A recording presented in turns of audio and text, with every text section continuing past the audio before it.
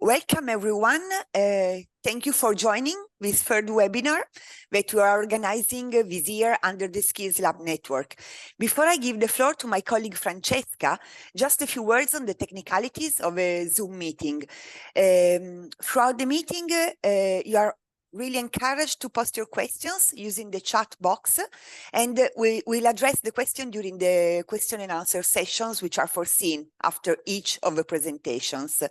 During the question and answers, you are really welcome to raise your hand and take the floor in case you wish to share your question. Just in case there will be not enough time to address all the questions during the Q&A, there will be a networking session just after the plenary one. I'm now glad to pass the floor to Francesca Rosso. She's coordinator for the Skills Demand Analysis and for the Skills Lab Network. Francesca, over to you. Hello, good morning, everybody. It's really great to be here this morning with you, and thanks a lot for joining. I think this is becoming a recurring meeting we are having, and I'm very happy to see many familiar faces, and I'm very happy to see that the community is growing and people come back, which means that we are having meaningful conversations, and that's exactly why we are here for.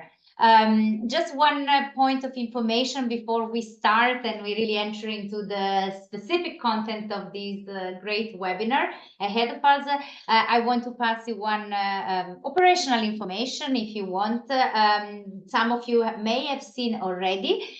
We have launched just yesterday a LinkedIn group of the network of experts, and I think my colleague will be kind enough to include the direct link in the chat so that you will be able to click on it and join the group.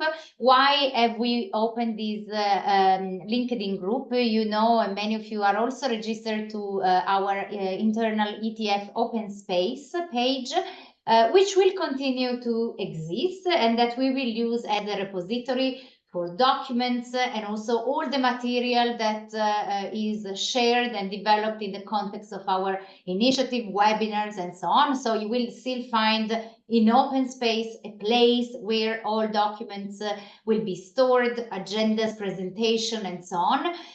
But we have decided to also open this LinkedIn group, also hearing the request of many of the members, because that's a place where we will share in an easier way what's new, what's coming up, what new research is published, and we will really use as a place where we will exchange information in a more regular way. So there will not be daily posts, but we will really try to keep it alive from our side, from the team working on the network, but we'll also ask you to feel free to share in this page any news that you may have, events that you are aware of, and so on. It's really for us a tool to be together more and to exchange more. So that was the information number one. Join us on the group, and yeah, of course, help us make the group lively and vibrant. So that was information number one. The second information that we have already reminded last week during our pre-learning event, but as there are new people today, I want to repeat it. We have launched the organization of our live event of the network, which will take place in Torino on the 9, 10, and 11 of October.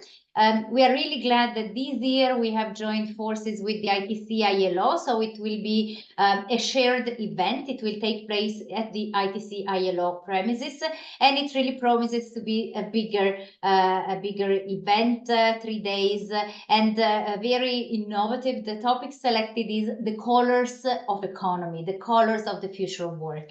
That I think is quite interesting because it goes beyond the traditional sectorial approach that we use in countries, in organizations, to really have this more helicopter view and trying to see the synergies within these colors of economy. And I know that many have applied. We had really a very high number of requests that we had to make a selection, but we will keep in touch also with those who are in a reserve list in case more places become available.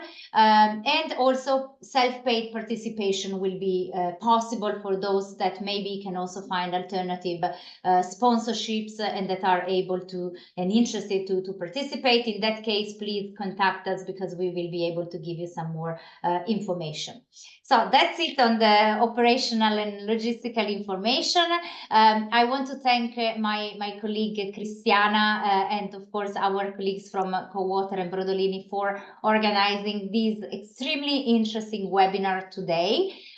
May and June are the 2 months in ETF dedicated to digital. So to the topic of digitalization and digital skills.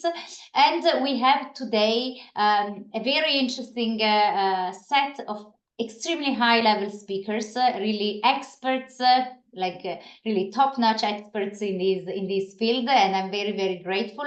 We will go through different approaches and different research that has been conducted, first of all by the ETF, and we have my colleague Fabio Nascimbeni that will talk about a real human-centric approach to digitalization. That is really one key topic discussed at European level, and I think it's really valid also in countries outside of the European Union.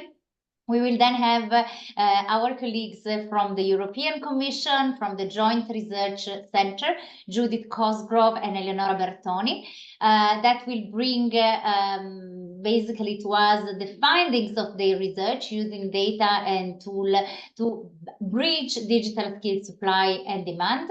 And then we will have some experiences from partner countries with Alexander Konstantinov from Macedonia. It's a very well-known member of the network, and we thank you for the continuous cooperation. And then Dejan Zlatovsky from EMAIFS that will also talk about digital solution to support skills development. We will have at the end a networking session. You know, those that participate regularly to our events, you know that we want to really use this as a platform to discuss among ourselves and to exchange in a free way. So we will also have a half an hour for this conversation and really to exchange ideas and to have an open discussion. So without further ado, I want to pass the floor to our colleague Bakit Omuratsukov. Bakit is our regional coordinator of the Network for Central Asia, who will moderate this first part of the conversation. And again, really thank you for joining us. It's really a pleasure to see you this morning. Thank you. Hello, everyone. It's my pleasure to be a moderator today and discuss the matters around the skills and digital transition. So our our first presenter is Mr. Fabio Nascimbeni. Nascimbeni is a human capital development expert from ETF, and as Francesca already mentioned, he will be talking about capacity building activities of ETF regarding this matter. So without further delay, I will be giving the floor to Fabio, and just would like to mention, colleagues, that if you have any questions regarding the presentations, we will be having 10 minutes time after the presentation. So while Fabio will be presenting, you can leave your questions in our chat box, or alternatively, you can ask the questions after the presentations. Thank you. Thank you. Thank you very much. Great to see so many friends and colleagues here, and congratulations to the Skills Lab Network for this fantastic event. I look forward to all the presentations, and actually I will try to structure the few minutes I have in a way to present to you the ETF vision when it comes to the digital transition through some reflections, actually, and through some things that we are doing. So I have three main messages, let's say. The first message is that for the people who, like me and like many of you, have been working in the field of digitalization, digital education, e-learning, multimedia, the names are many, the feeling is that thanks to the latest technological development, the future seems to be already here. I'm just quoting here a fantastic report by the JRC that has been looking at new technologies, coming technologies and their application in education, in vocational training, in lifelong learning, in higher education. And actually, it seems that if we look at connectivity, immersive technology, the use of data, and what we can do with these, of course, artificial intelligence, digital credentials, the feeling is that many of the things that we thought were something of the future are actually starting to be implemented, not always at large scale, but actually they are here. So the classical, for example, to make an example and an assist on data to to the following speaker, we have been looking at and analyzing data systems for education for years in order to manage educational data. But these systems are now becoming intelligent. So these systems are now actually getting a new value for policymakers and for school leaders. So here the message is that the future seems to be here, and actually a few of the things that have been challenges or with which experts and practitioners have been struggling for many years are now possible in a rather seamless way. Now it is possible, and I put there the link to this company. It's a French startup that out of a PDF or out of a video can produce a course in one click. And I invite you to have a look. It's really impressive. Then, of course, is not over. The instructor needs to work on it. But actually, this is becoming possible, and the results are really impressive thanks to AI and thanks to the capacity of the system. Same is true for mobile learning. We know that in many countries, mobile learning is one of the best ways to go, especially for non-formal learning. And in this case, again, engaging and gamified online learning mini modules can be created through a click. Now, this is really seems somehow magic. And third example, I'll go very quickly, but I leave you the links in the slides. Immersive solutions, virtual reality, extended reality are becoming more and more affordable. You see there the famous luggage by another French company called Mimbus, where in a luggage you have basically a virtual reality laboratory, so that they can be moved within a school and so on.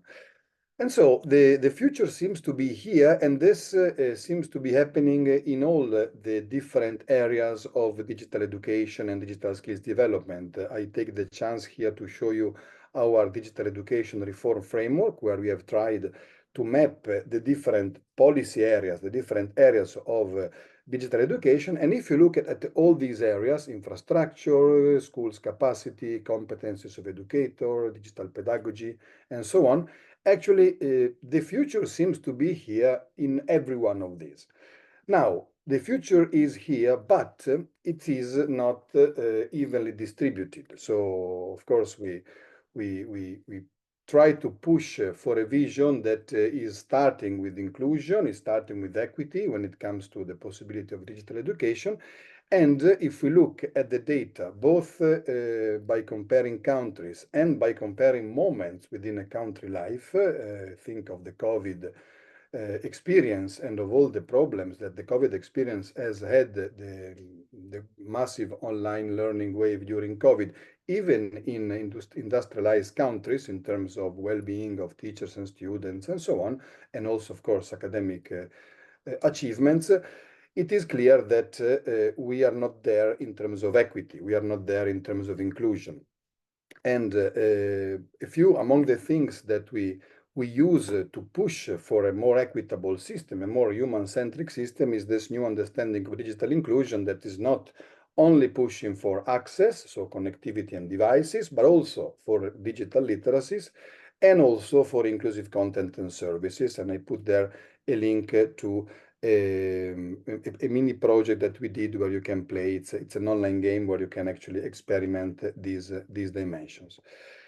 Of course, when it comes to inclusion, it needs to be taken into account that countries or schools are not alone. They live in an ecosystem composed of edtech companies, the famous vendors. You have there Microsoft and so on, and donors. In many countries, the agenda, not only of the country, but also of the schools, is made up is constructed in collaboration with different stakeholders. And here it's just important to keep in mind that even if donors come with funding, even if companies come with fantastic solutions, in order to guarantee the human-centric approach that we are talking about, policymakers at all levels, even at school level, even at department level, need to keep in mind that every one of these actors has its own agenda and needs to be positioned within along this human-centric vision. Now, what can you do about it? We have incredible possibilities, but they're not evenly distributed, as we said. And one thing we do at the ETF is to try to operationalize this vision through a few activities. The first activity is to help policymakers, again, at different levels, to take the right decisions. Within the digital education reform framework I was mentioning before, we have identified a few areas, critical areas, where decision makers need to put the right questions, need to know that when it comes to digital, the things are a bit different and sometimes a bit more complicated than before. And we have issues like use of data, inclusion, stakeholders engagement, financing, and so on and so forth. You can read them there, where key questions need to guide the discussions and, and the decision. Is not only, and this is an example of a country which a few years ago, it's already 8 years ago, took one policy decision, basically to open up the licenses of all textbooks funded through public money, and created the biggest open educational resources program on the planet. And this was one policy decision with a massive inclusion effect. So actually, asking the right question and putting the right answer might really bring to important development. Second thing we can do is to build digital literacies, is to work on digital skills, and again, is to work on critical digital skills. If you look, now I don't have the time to go through it, but if you look at the many approaches in Europe, just to quote DigComp, the competence framework for digital skills in Europe, but also elsewhere, the accent is put more and more on the critical dimension. So critical thinking, capacity to understand and to recognize fake news, capacity to meaningfully participate in the web, and not just to use the web, but to really use it impactfully for our own life and employment. Actually, here, the key word is critical, not only for employability, again, but also for citizenship. And this is the issue of basic digital skills, and think of the elderly, for example, but also at the very high level for digital innovation and companies creation. And here you have... Fabio, sorry for interrupting. Two more minutes to wrap up. Okay, I'm about to close. Thanks. One more thing we can do is to use the many tools available in Europe and elsewhere. And here you see some of these tools. You see Selfie, that I think you are familiar with. You see DigComp and other competence frameworks for educators and citizens. Here I'm putting a couple of publications of recent policy briefs that we have produced, where you can read a bit this approach. So this human-centric and future-proof, I would say, digital education approach, combined with the power of self-reflection when it comes to digital education. And that's it, even less than 2 minutes. So this is my difficult attempt to capture in a few slides and with a, let's say, possible narrative, the way we approach this fundamental issue and the way we try to bring some change with the stakeholders we work with. Thank you very much. Thank you very much, Fabio. Very, very much insightful, and I think a lot of food for thoughts. I'm looking at the chat box, but there are no questions yet. But as I mentioned, colleagues, I see Dejan Zlatkovsky is raising your hand. Yes, thank you, Bucket. Yeah, please. Fabio, thank you for the wonderful presentation. Everything was well organized and explained. I just have one question. While watching this popped up on my mind while watching this pyramid presenting the skills for citizenship, for employability, and for innovation. and I thought this is the question that came to my mind. Do you think that educational systems in the past could have done much better job in providing the skills that are needed in all these three segments?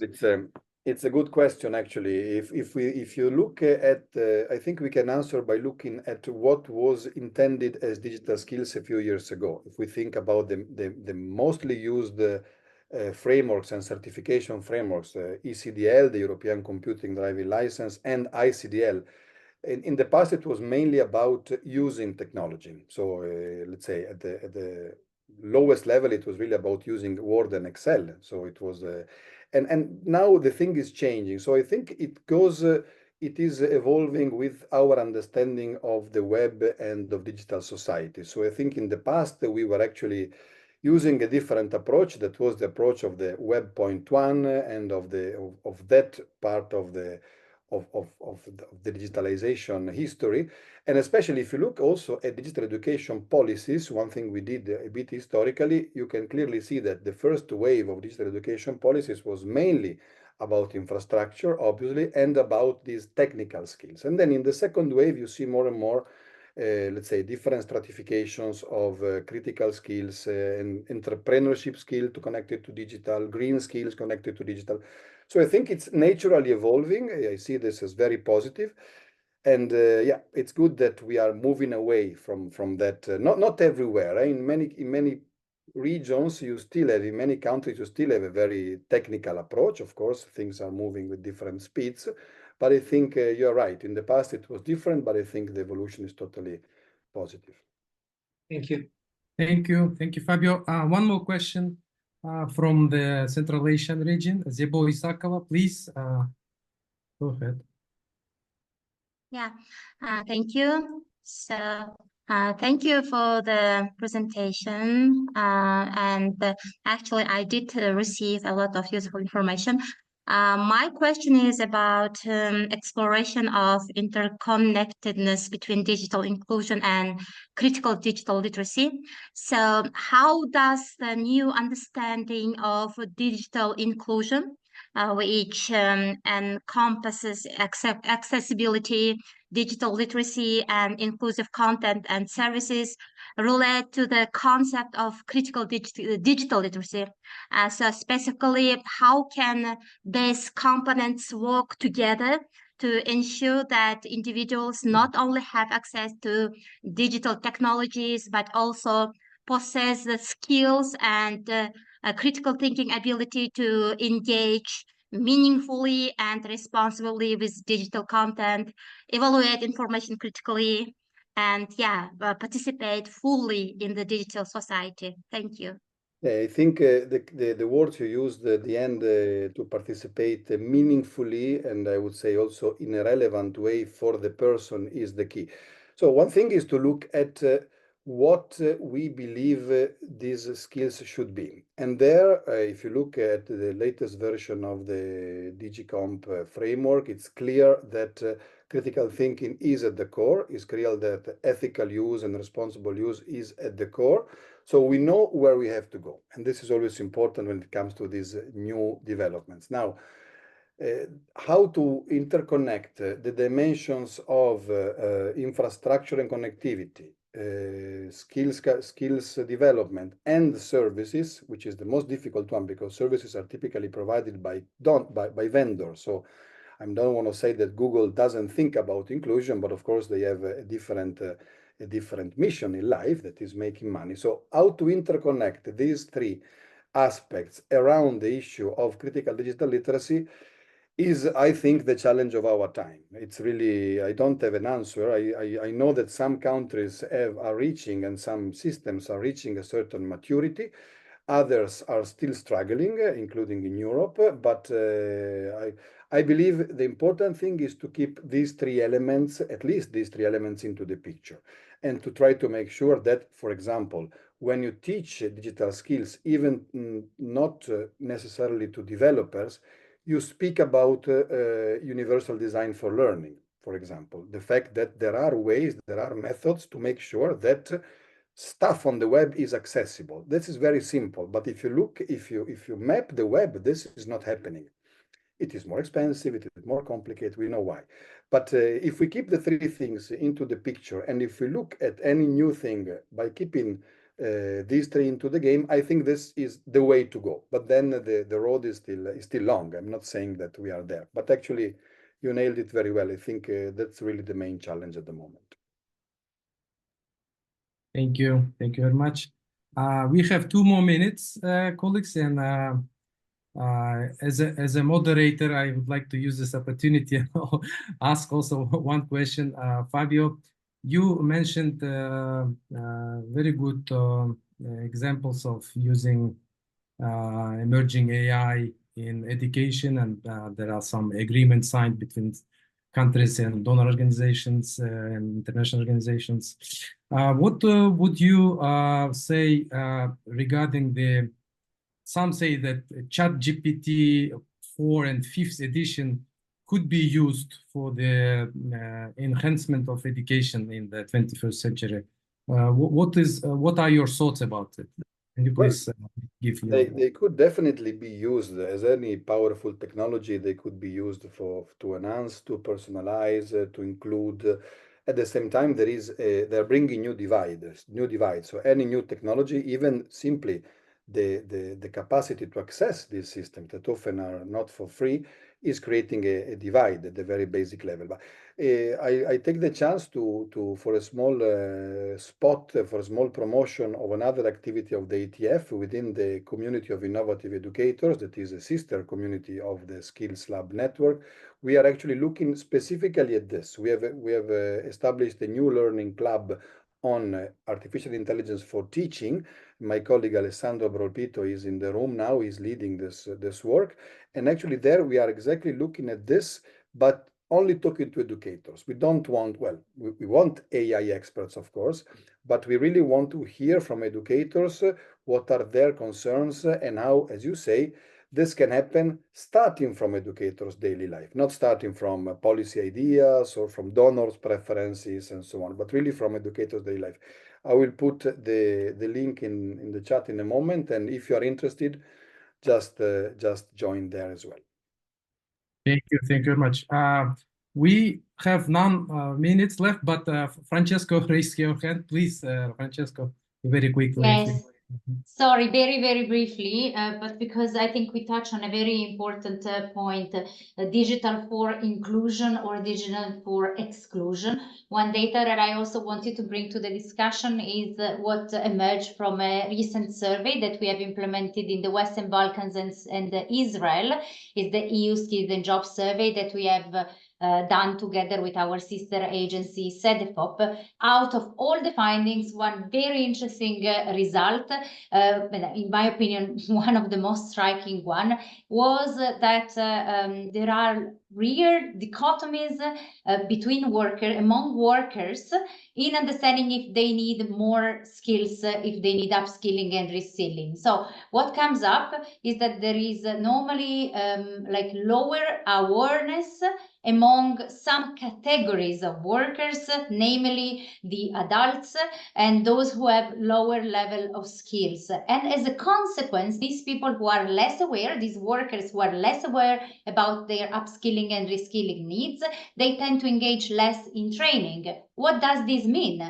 That instead of going toward the, inclusion, the change, the digital revolution possibly can really generate wider gaps unless action is taken. And that is a very important policy message and for policymakers.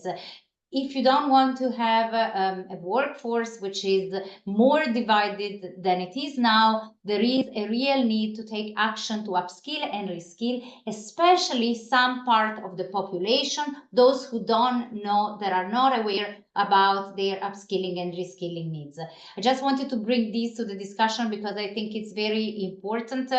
What we say is that the future is not predetermined, but of course we have data that give us information about what should be done to keep the society more cohesive and use these tools to the advantage of people and not to the detriment of some groups.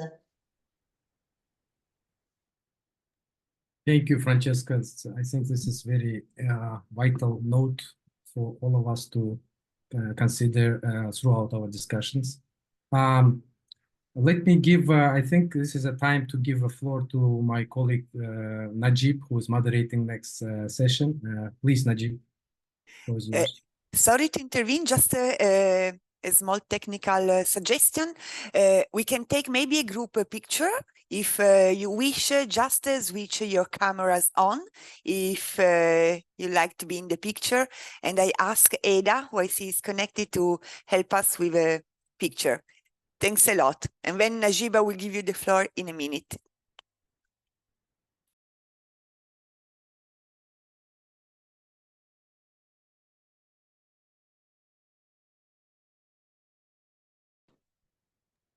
Thank you. Done. Thank you. Thank you so much, Ada. Najib, sorry for taking some time. The floor is yours.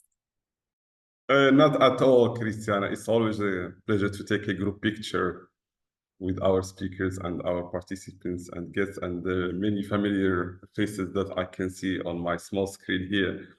Of course, Bashir has done an excellent moderation, and Fabio has also raised the bar of the discussion with his presentation. He has already announced the colors. So as I've already lost 3 minutes of the time which was attributed to me, I will go straight to the point and introduce you to Judith, Judith Korsgov, I hope, and Eleonora Bertoni, who are supposed to give a presentation.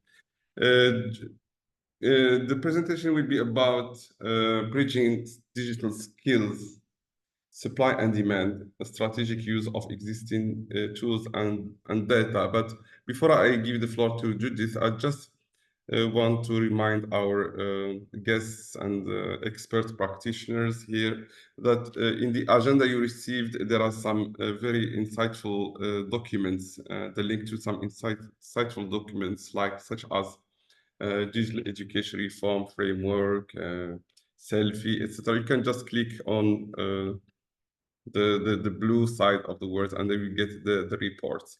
So Judith, the floor is yours in 10 minutes. Thank you very much. Good luck. Many thanks, Najib, and good morning. I hope you can hear me. Yes, all good. Great. Lovely to be here. I'm just going to share my presentation. Hopefully it'll work.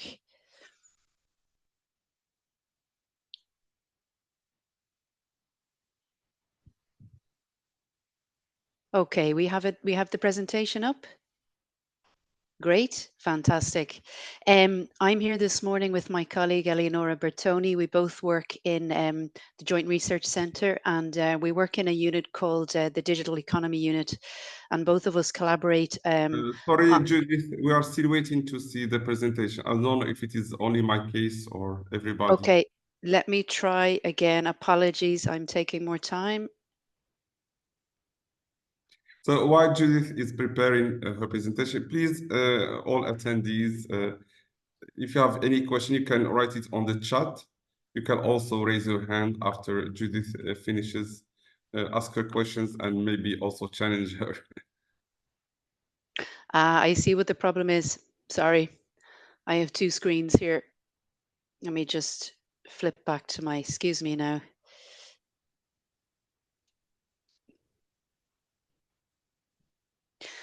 I always laugh when there's an issue with digital technologies because we work on digital competences, so I always find it kind of ironic.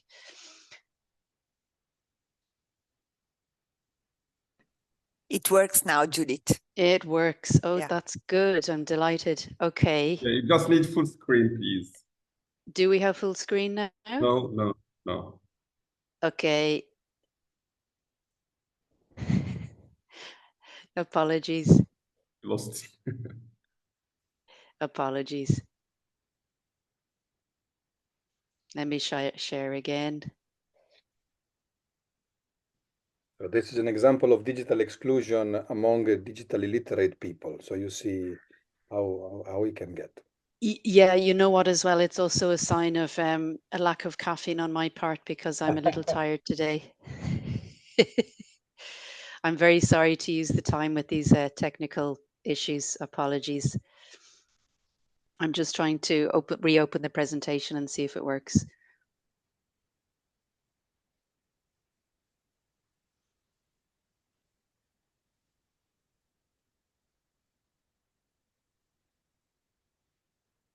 And maybe Eleonora, I might ask, if I can't get this working, maybe Eleonora can share on my behalf.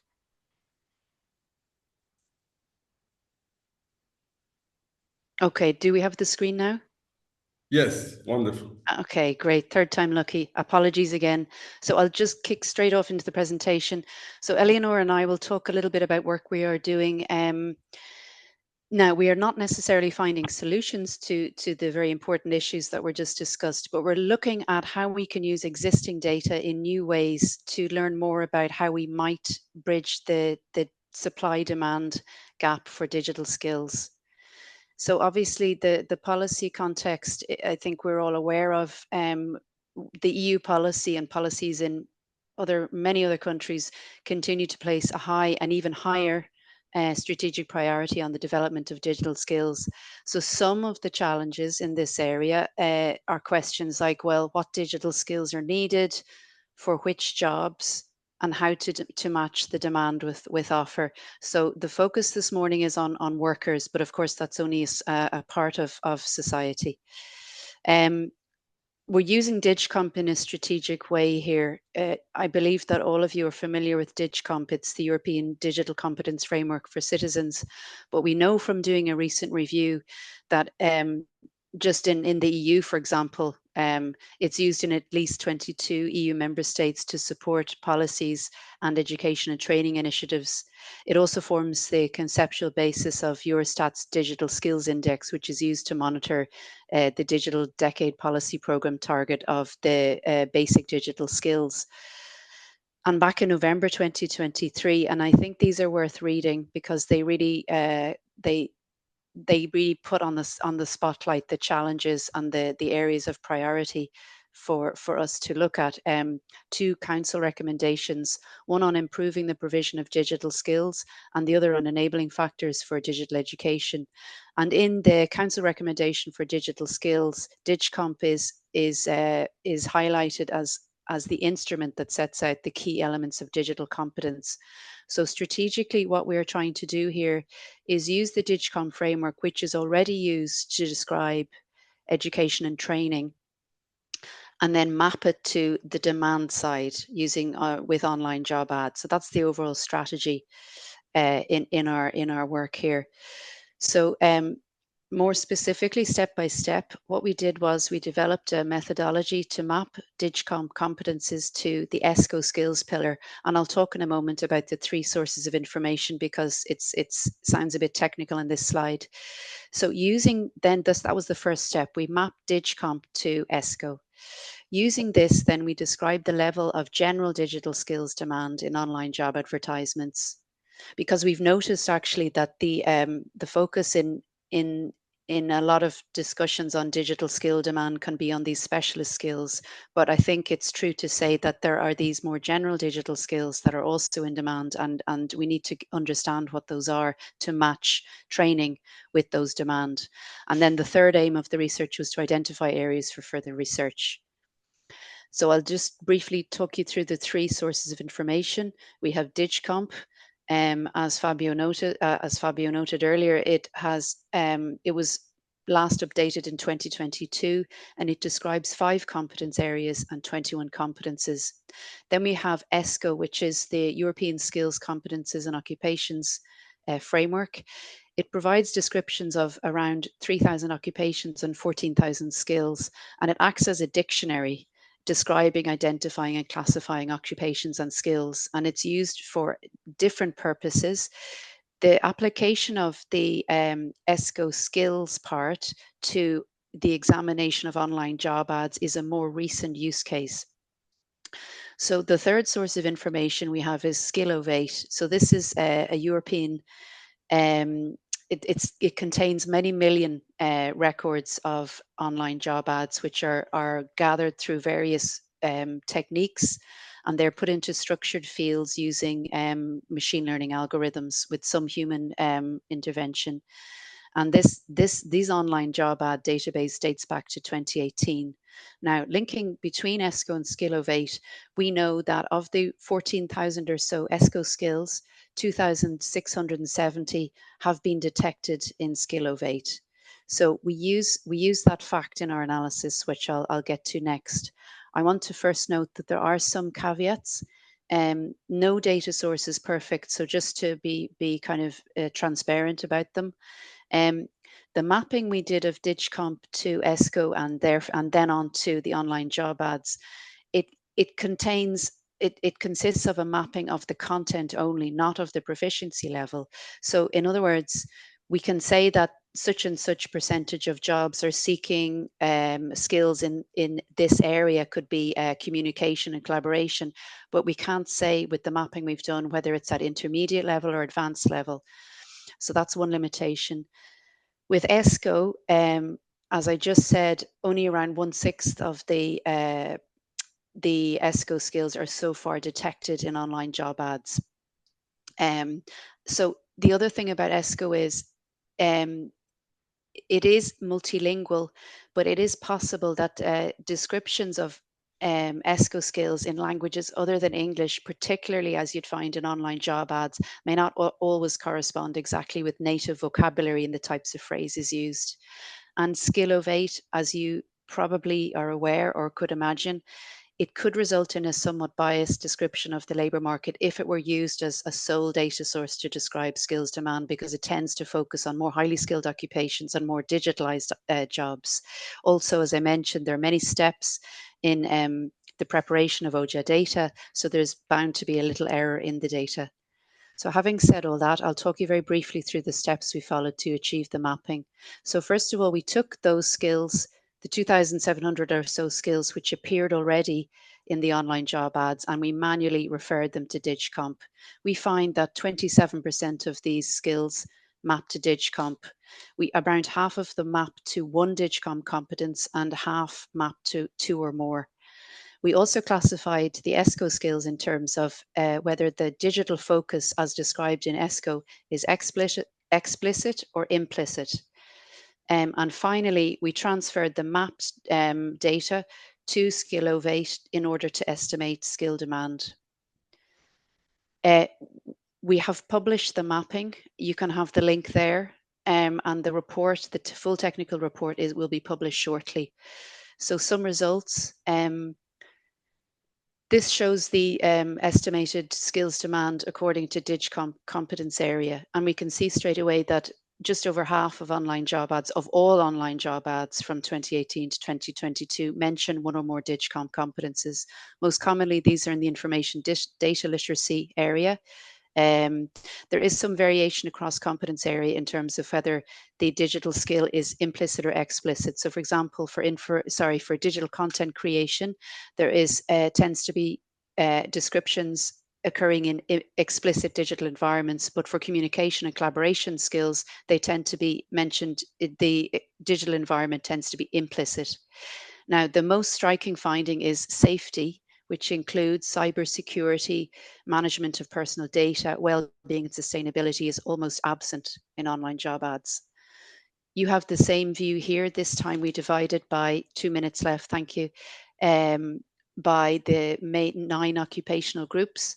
So we can see, as one might expect, that the DigComp map digital skills demand is higher among managers, professionals, technicians and associates and clerical workers, and also that there is some variation by DigComp competence area across occupations. And this to us demonstrates that there is value of describing skills demand by content area. So some implications, and then I'm going to pass you to Eleonora very briefly. Again, as I said, the low emphasis on safety related competence is of potential concern because we don't know, do employers perhaps assume that potential employees already have these skills? And it also underlines to us that online job ads should not be the only source of evidence of skills demand. We also found, with respect to the explicitness of digital environments, we think that there could be a benefit in specifying whether the skill is executed in a digital environment in online job ad specification. We are undergoing a next stage of development on DigComp. Our plan is to develop indicative learning outcomes. And in fact, we have a colleague in ETF who is supporting this work. We would like to support clarity and operationalization of DigComp in a more granular way to support various activities, including supply-demand matching. And I'll just hand over to Eleonora now by mentioning that analysis of digital skills supply and demand is often hampered by differences in the definitions, methods, and measures used. So hopefully the work on the learning outcomes that we're doing and the broader digital skills analysis work will help to provide some support to address this. Over to Eleonora, and I'm sorry about the time. No, don't worry. Just so very briefly, here we just really want to give you two examples of the type of analysis we did on the supply side of digital skills. And the message here is that what you can do and what you can explore really depends on the availability of data and on the quality of the data source. Ideally, we would have one data source that could do the entire job for us. But given that that is not the case, we are trying, to gather as much information as possible from the different data panorama of the data sources that is out there. So this is the first example. So we use the data source that, of course, ETF is very familiar with, the European Skills and Jobs Survey, the second wave done by CEDEFOP, and we collaborate with them on this analysis. And we really start from trying to get to the point to try to see which is the level of digital skills training in the EU workforce. So again, as Jude mentioned in here, we are talking about digital skills in a restricted set of population in the workforce. So we use data from 2021. And with this, we really want to explore who are the digitally underskilled in the EU workforce and which are the characteristics associated with undertaking digital skills training. And again, this is possible given the richness of the data that were collected by CEDEFOP. And there are a few policy messages. I mean, the policy brief is published, so maybe we can, given we don't have too much time, we can share the link to the policy brief in the chat. And then we can give you just a second example of the type of analysis that we are doing. In here, we are exploring the digital skills index and the digital skills indicator from Eurostat, the second edition, so the 2.0.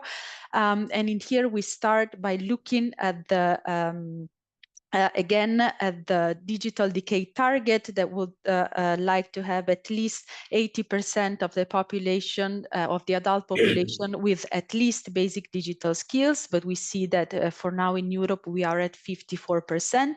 So some work needs to be done. And given this figure, we really want to explore what are the digital skills need from the workforce supply perspective, from the individual, and also from this data set, we can look at which are the priority groups for policy in relation to reskilling and upskilling, given that there are some demographic data that we can use to see which are the segments of the population more at risk to be below basic digital skills.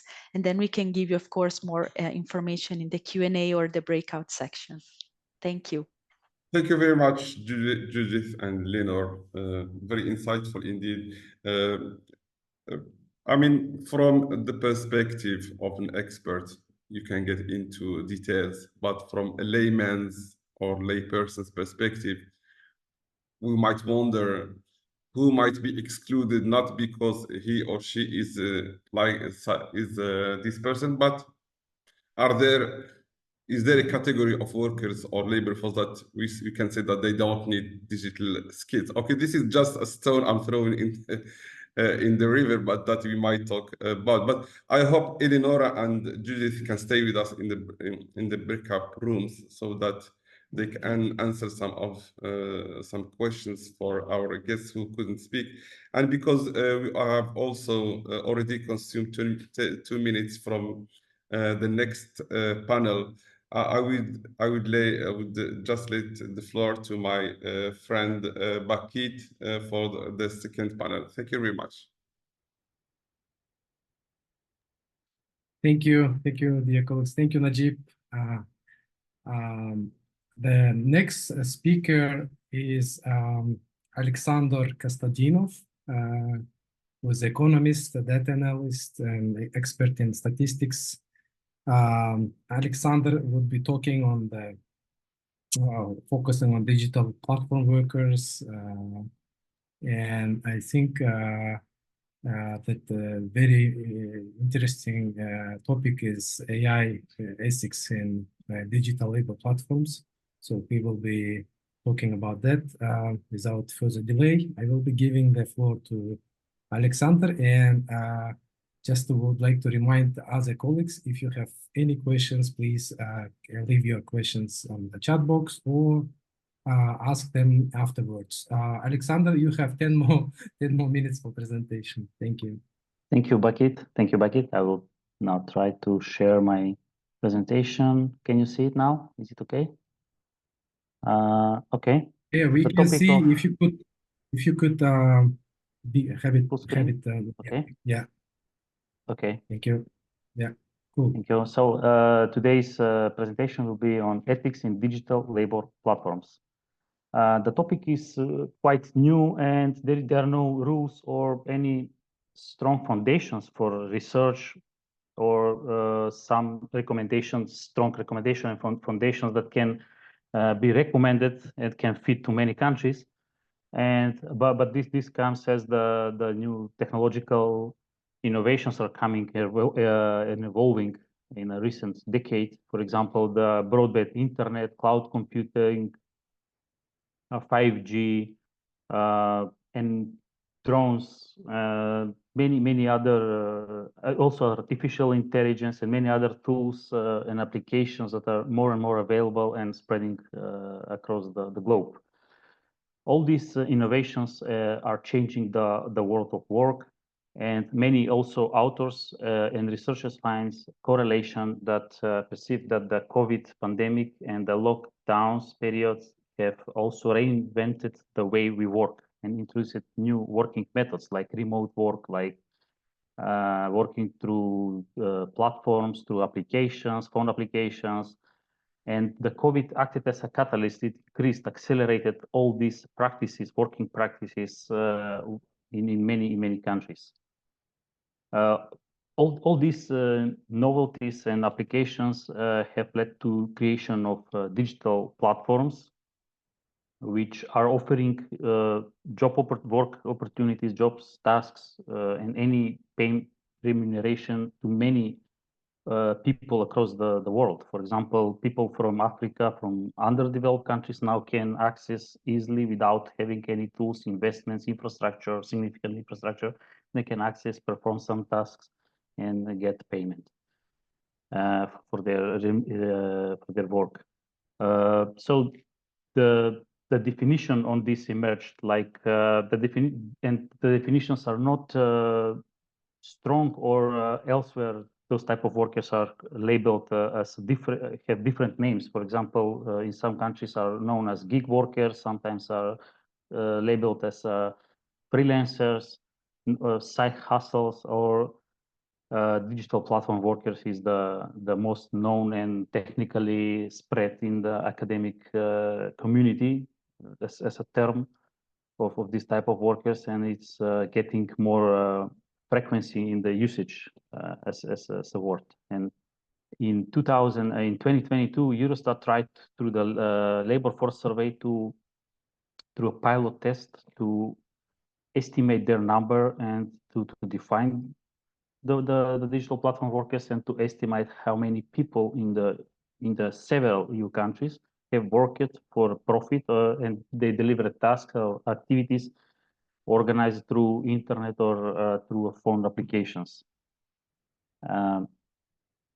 the literature also defines digital platform workers now in many ways, and there are many terms used again, like delivery riders, consultancies, and so on. And there are also many jobs and tasks emerging every day. But there are two groups mainly that are considered among the researchers and scientists on how to define this type of workers. And the main classification is on-site workers, digital platform workers, and remote or digital platform workers. On-site are those or locally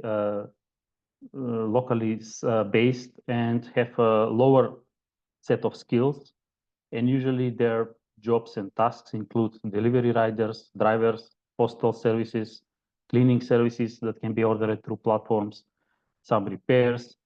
In some classifications, they are also included Airbnb. I mean, people who are renting their apartments through Airbnb platform, and so on. And remote workers are those who offer consultancies, programming tasks, coding, creating digital content for social media, and many other tasks like creating media for YouTube, Spotify, artworks, selling different artworks on social platforms, and so on. The challenges that have appeared for the traditional work as we know it now is that these types of works are atypical, meaning that there are no work hours or shifts set in their contracts. They can work at any time, they access to the market at any time, working even on holidays, working on night shifts, in night hours. And this is in sense, in most of the national labor regulations is not regulated, is not mentioned. Many of them also fall under informal economy because the payments are done through virtual wallets created on clouds, on cloud computers, data centers, and they're paid in digital currencies, cryptocurrencies, and other type of payments, which are then stored in virtual wallets, and the money are transferred back to their home or resident countries. Often those people are not registered in the social protection system locally, not paying taxes, and they are not visible to the institutions. In this sense, in most of the occasions, it's not their guilty that they're overseen by the institutions or policymakers, but there is a lot of loopholes in the labor legislation, and also they are also not mentioned. Their status is not regulated or not mentioned in the national labor frameworks, like legislation, bylaws, guidelines, and so on. It's not known their status, like are there employees and they are entitled to health insurance, or they are considered as a non-employed people, or they are just having like a second job, mini job, or something additional that they can join on a platform, complete the task, and then stop and don't know when the next time we'll take another task. Sorry, Alexander, 2 more minutes to wrap up. Okay, so the digital platform workers also have more complicated things now with the emergence of artificial intelligence. The artificial intelligence is broadly and more frequently deployed in the digital labor platforms, which means they are optimizing the tasks. They are also introducing new forms of measuring the performance of the workers, which make them compete among themselves. They have rating systems, they cannot unionize, and often in their cases that automatic decisions are taken towards those type of workers. For example, they can be fired automatically with a decision, with a notification, without human intervention, without any possibility for them to remedy or to complain toward the employer. Also in the hiring process, they can be profiled, for example, their background, racial, ethnic background, and many other things, and it can be excluded from them to access to the labor market and to obtain tasks. Reports from the media shows that, for example, in Amazon, and I have placed the links here. You can see it later when the presentation will be shared. It shows the reported cases where of hiring and firing with the algorithmic management systems or artificial intelligence models that are deployed in those platforms. And also there is a case of so-called robo firing or automatic firing of the workers. For example, the drivers, just a possible theoretical or hypothetical case is that a driver doesn't, due to some sickness, cannot deliver something, and then the algorithm says that he is not appearing on his workplace. It can be fired without any possibility to remedy, and there is no human intervention in all these processes.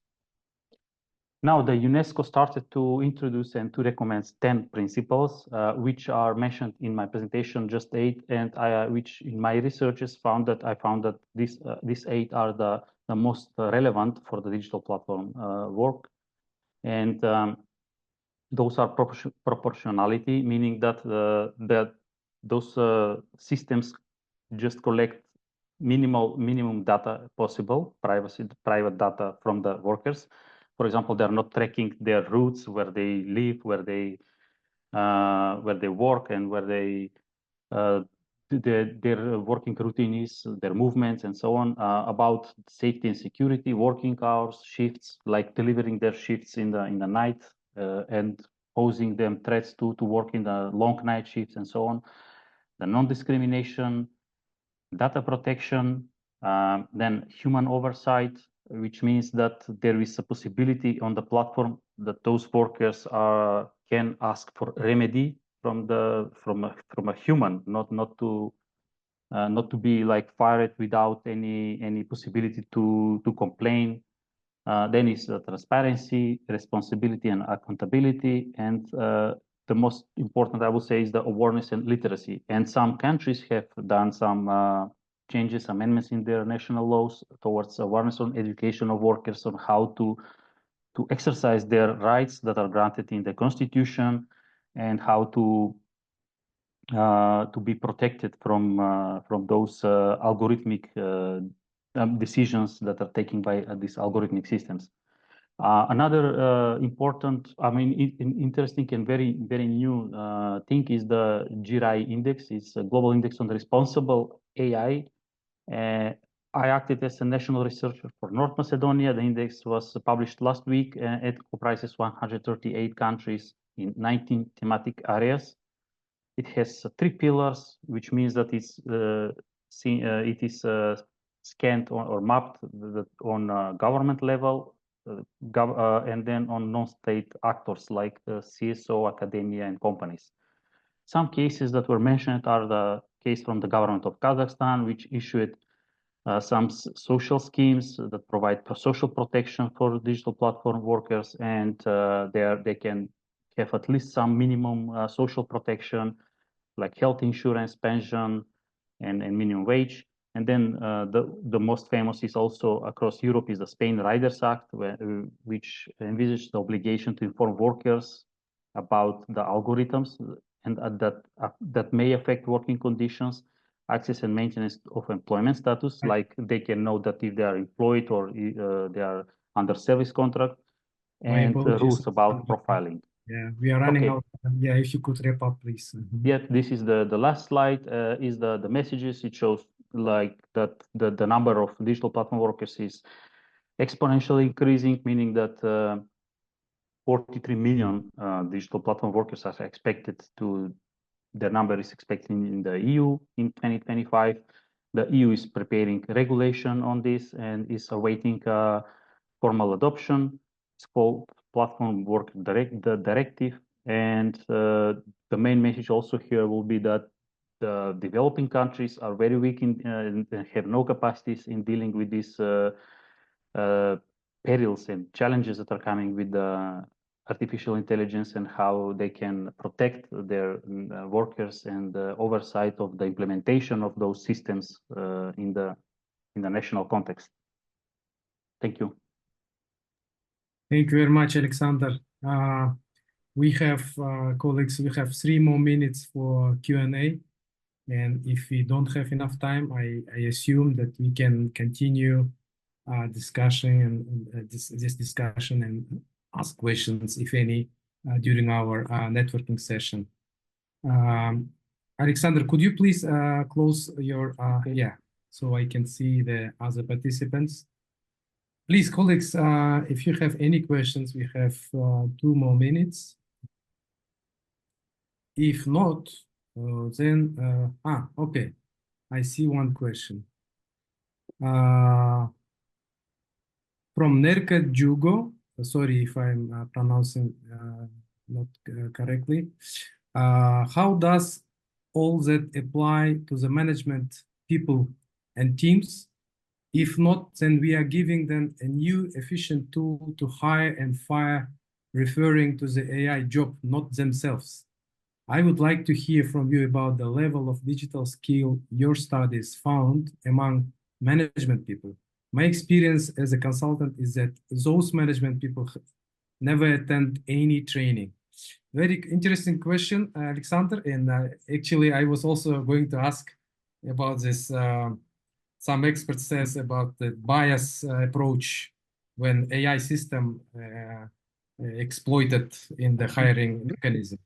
Please, Alexander, your view. Yes. Well, the trend is that all these digital platforms are now introducing AI in their operations, they're implementing and they're introducing such systems, and which releases managerial and management people, as is in the question here, that they are released from tasks like checking their performances of the workers, seeing if they are on time, working their schedule, how they are performing, are they on the workplace. They're relieved from this type of work now, and it's dedicated to the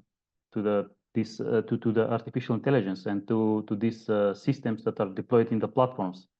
And here comes the peril, because if there is no human oversight or overview of the works, the system may be automated on that level that those people can be the decisions taken by the system can also harm the people and also touch their human rights, also social protection, also unionization, like have a bargaining bodies, representative bodies. They compete each other against, for example, if the first is ranked on some platform, the most of the people will ask for his service. They will be looking to be placed on the first places and to have the best, most possible stars, and so and similar techniques are applied. And also it helps the management, but it should be also taken into account that not all the steps within the decision-making system within are taken just and only by those algorithmic systems deployed in the platform. Thank you very much, Alexander. Just giving the floor to Najib, because we are running out of time. Thank you, colleagues. Thank you very much, Bakit. We're always running out of time, but we always try to catch up and do nice things in the meantime. So, we have the pleasure to have Jan Zlatowski. Sorry if I misspell your name. He's an IT expert. It's sufficiently good. Yes, thank you very much. He's an IT expert and also a policy and education expert. Jan will speak about digital solutions to support skills development John, the floor is yours. Enjoy yourself in 10 minutes time. Thank you. Thank you. Time is ruthless. Najib, I'll do my best. My presentation is It's is always quite challenging to say so many interesting things in so few yes, time. Thank you very much. yes, yes. We will see now. Sorry. Okay. Now I think it's good. Now you can see the whole screen. My name is Dejan Zlatkovski. I am computer science engineer and education policy specialist. And as such, I couldn't agree more with the presenters before me, with all these interesting details and findings from their research and recommendations. The main idea of this presentation is to give to present that supporting the development, the skills development through digital solutions is not just implementation of certain digital tools, but it is rather a very complex ecosystem that includes various policy measures, a lot of research, data collection and analysis, implementing career guidance activities, and certainly the advancement, taking advantage of the advanced digital solutions.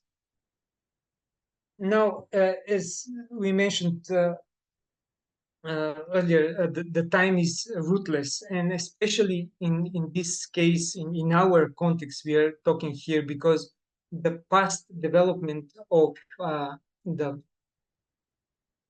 technology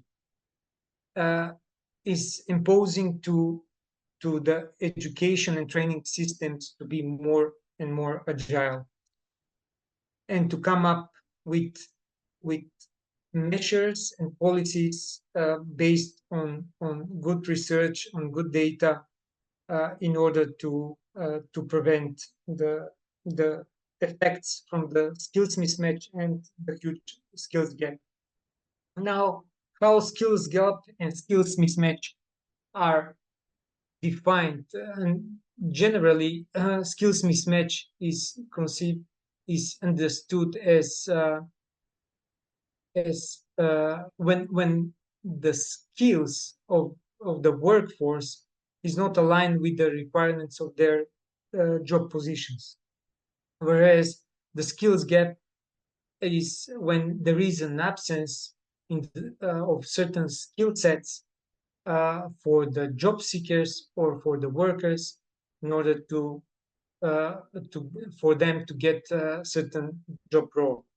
Now, there are many causes for this situation we are now in, but main are related to the new technological advancement and fast technological advancement, inability of the education and training system to react quickly, to provide insights, to provide training opportunities, the lack of cooperation between education and business sector, and also the lack of learning organization culture.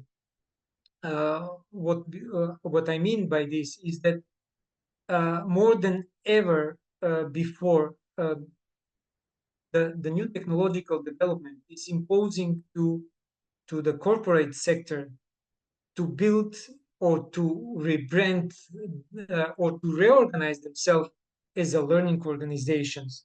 And this is really happening now in globally, when most of the companies are providing internal training opportunities for their employees, both for transversal skills or for the skills that are narrowed in for certain job position.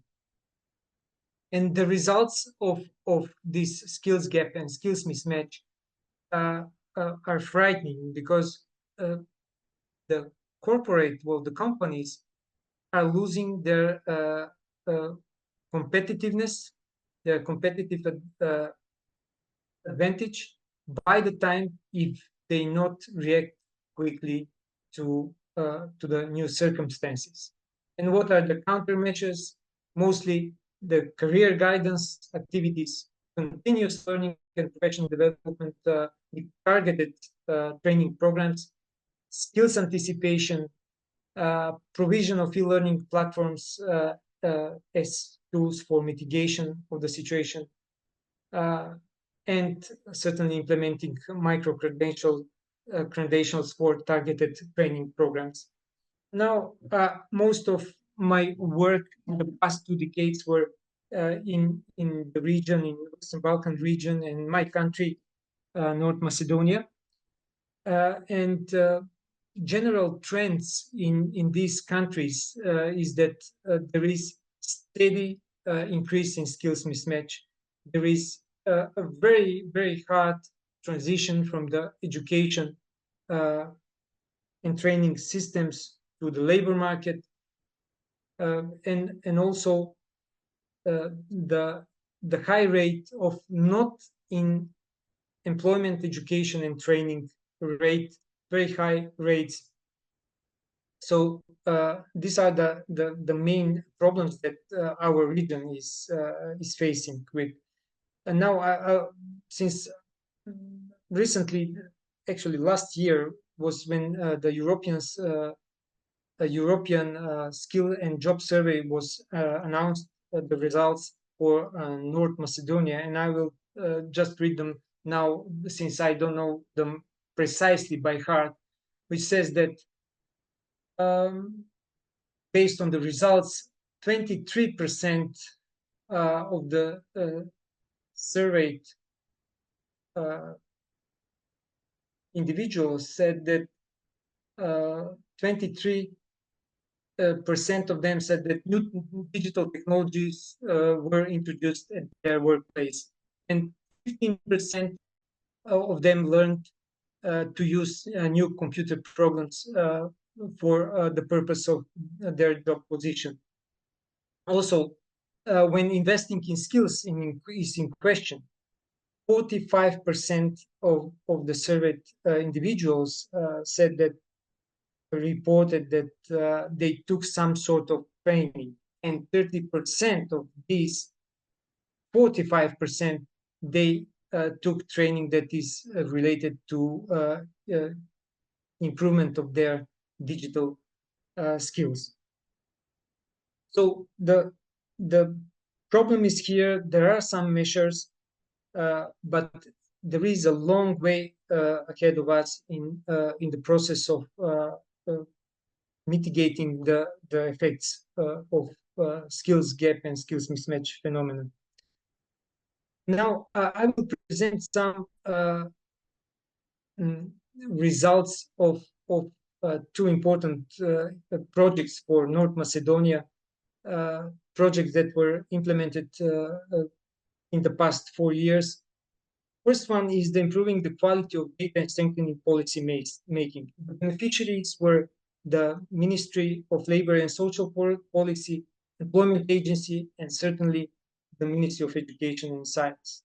What we managed to achieve here, and these were the objective of the project, was that we need to integrate the information systems of these beneficiaries in order to provide data and insights for the policymakers in order for them to quickly adjust the education and training program so that at the end we produce workforce that has relevant data skills. In order to do so, we go through a process of refining the data within these systems. And there was this data collection challenge because we had various data sets collected by different stakeholders. A part of these beneficiaries, we are talking here also about the state office, state statistical office. In addition, we managed to integrate the databases of these systems, to connect them with web services, and also to provide business intelligence platforms to empower the experts and the policymakers in the beneficiary institutions to make quick decisions.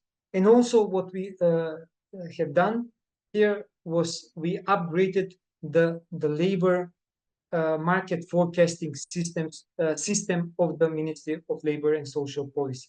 So this is one example of measures that can be undertaken in order to build the capacities of the institutions and the experts working in there to make the quick decisions that will improve the training programs in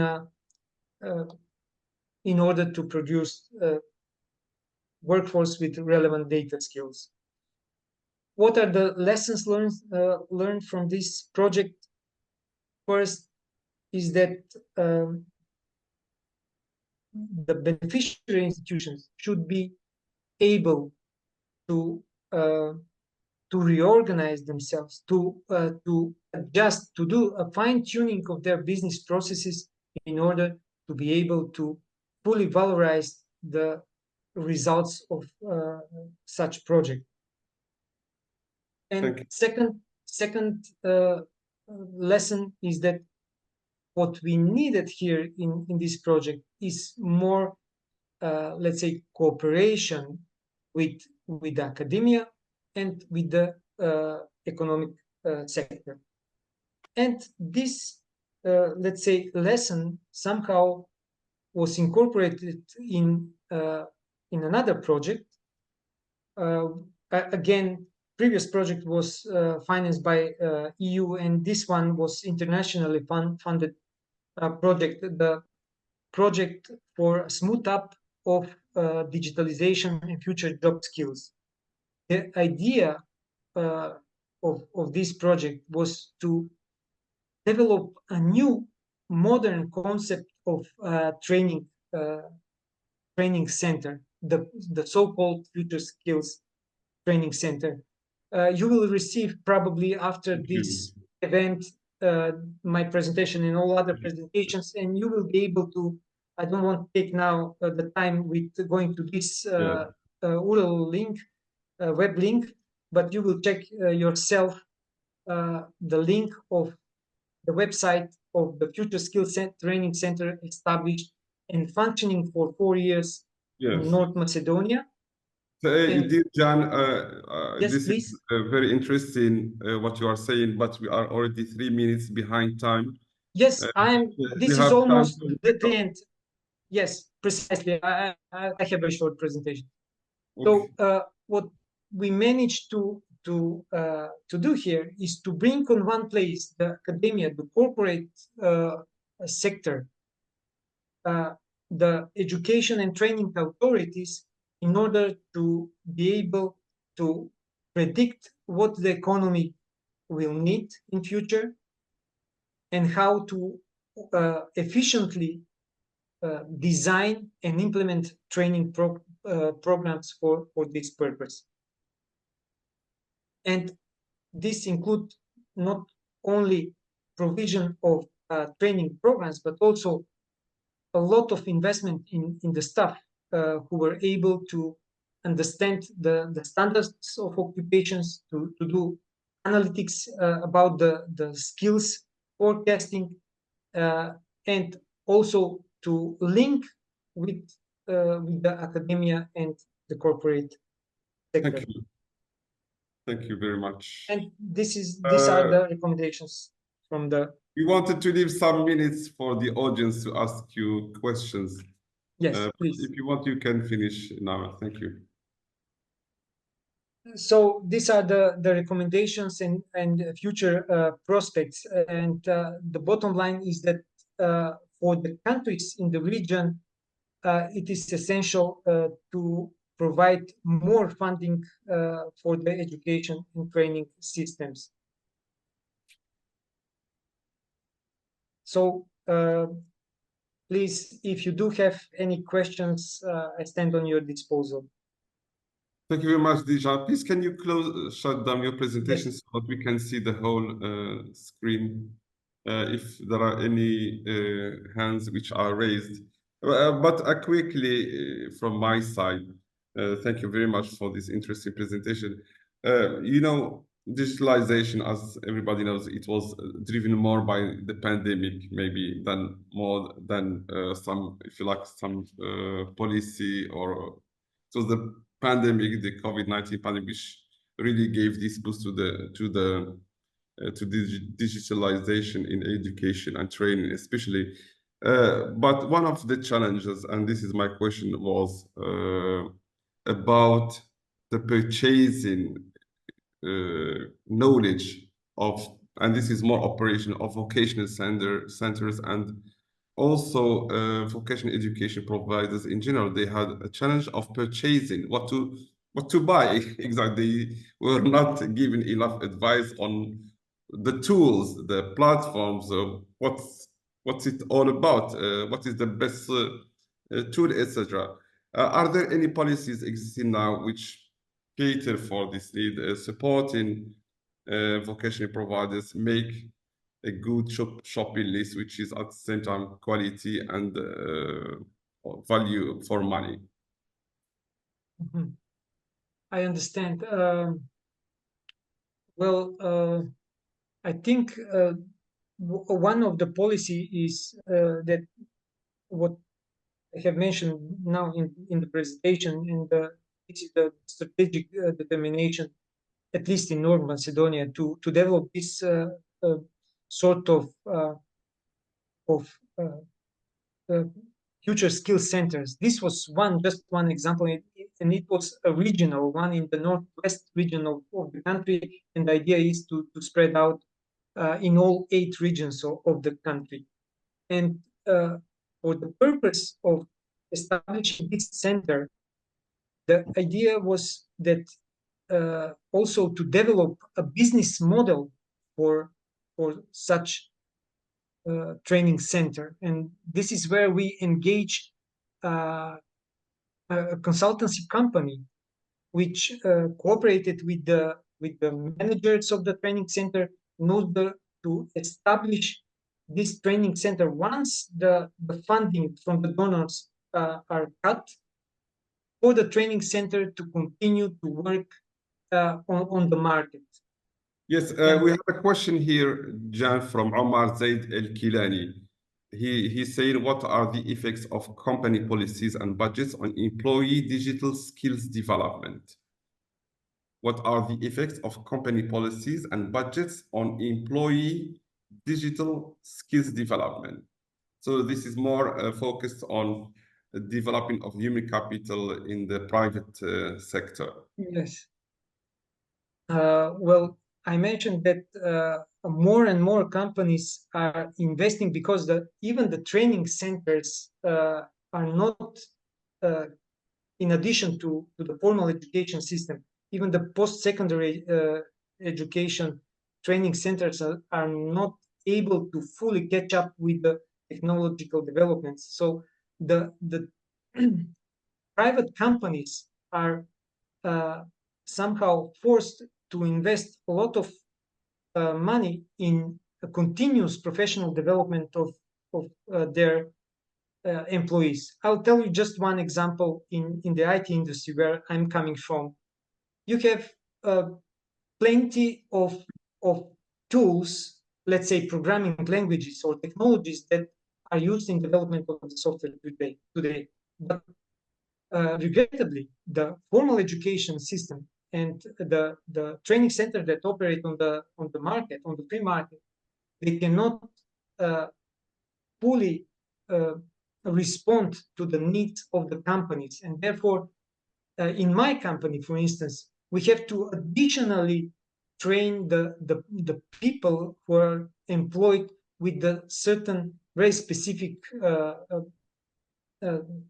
training courses related to certain technologies. Yes. Thank you very much, Dijan. We also thank our contributors in the chat. Volodymyr Saryoglu, for example, says, He thanks you. He say thank you, John, and he says yes, digitalization is poor without data.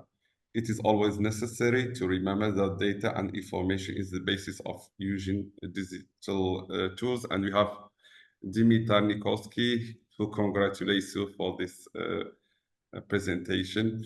And also, I would like to thank everyone who has been following your presentation.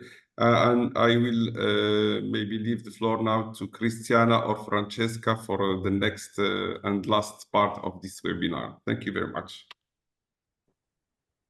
Thank you, Najib. Thank you, a big thanks on behalf of the team to all the speakers for all these inspiring presentations, and also for the participants for being with us and engaging in the discussion. From my perspective, it was really interesting to listen to the different perspectives on how digitalization is affecting the world of work, and it is likely to impact more and more the future of work. What emerges is that digital skills and digital learning is receiving more and more attention to ensure that competitiveness, economic competitiveness, and employability of workforce. So digital age, embracing the digital age is not an option and really requires a holistic approach from a wide range of stakeholders. I just wanted to mention that all the presentations that we have seen today will be made available in the next few days together with the recording on the ETF open space. So you will receive a link with the materials. Now we conclude here the plenary session, but it's not yet over. We are launching this informal networking session where there will be 4 parallel rooms. Each of them will have one of today's speakers. You can choose the speaker with whom you would like to have a more in-depth discussion and join the respective room.